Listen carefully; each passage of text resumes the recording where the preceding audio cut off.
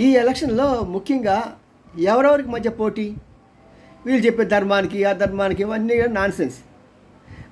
ముఖ్యంగా అంటే ఎవరికి పదవి మీద ఆశ ఉందంటే జగన్ బాబుకి, చంద్రబాబుకి.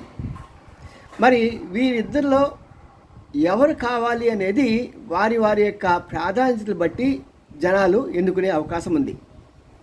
అంతా సవ్యంగా జరిగితే పేదలు, అంటే మన చూస్తూ ఉంటాం కదా, మన ఇళ్ళలో పనిచేసే ఆటో పనమ్మాయిలు కానీ లేకుంటే ఆటో డ్రైవర్లు కానీ, ఈ వర్గం మొత్తం కూడా జగన్కి గుద్దడానికి అవకాశం ఉంది. ఆ తర్వాత మధ్యతరగతి అంటే ప్రత్యేకంగా ఈ అర్బన్ ఏరియాలో ఉండే ఈ ప్రజానీకం చంద్రబాబు ఓటేస్తారేమో అని భావిస్తున్నారు. అలాగే ఇంకా మనకి జాగ్రత్త ఆలోచించామంటే తెలంగాణలో ఎలా జరిగాయో అలాగే జరగడానికి ఇక్కడ అవకాశం ఆస్కారం ఉంది. మరి ఏదేమైనా సరే ఇద్దరిలో ఎవరైనా సరే ఒకరు ముఖ్యమంత్రి అవుతారు. చూద్దాం ఎవరవుతారో.